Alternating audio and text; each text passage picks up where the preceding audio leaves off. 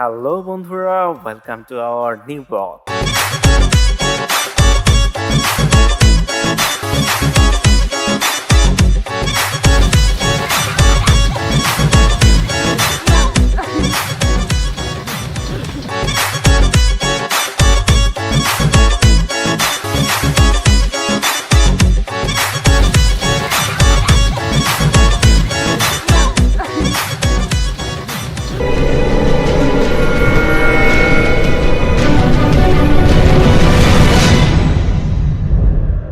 বন্ধুরা, team rough এন্টারটেনমেন্টের আজকের গন্তব্য বাংলাদেশ বিমানবন্দর জাদুঘর, যেখানে গেলে মাত্র 30 টাকায় উঠতে পারবেন বিমানে, দেখতে পারবেন বাংলাদেশের স্বাধীনতা যুদ্ধে ব্যবহৃত বিমানগুলো।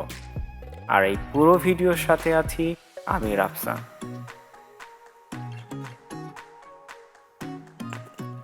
সারি সারি দাঁড়িয়ে আছে বিমান, যেন যাত্রীর অপেক্ষায়। উঠে বসলেই পাখা মেলবে আকাশে। বিমানবন্দর বা রানওয়ে ভেবেও ভুল হয়ে যেতে পারে কারো কারো। এটি আসলে একটি জাদুঘর।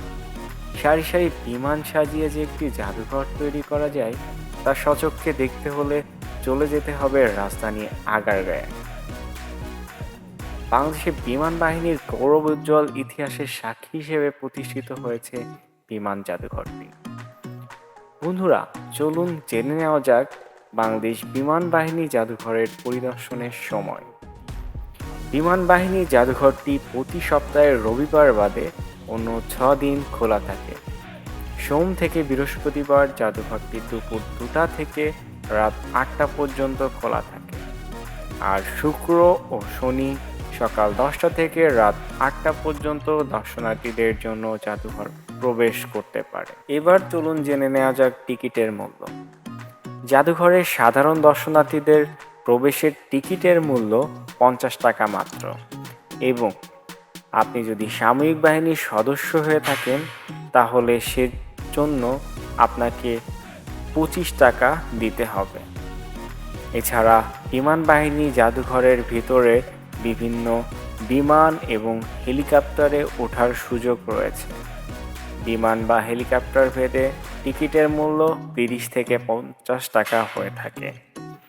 এছাড়া আপনি চাইলে শিশুদের জন্য বিভিন্ন রাইড রয়েছে, যে সকল রাইডে 30 থেকে 50 টাকার মধ্যে উপভোগ করতে পারেন।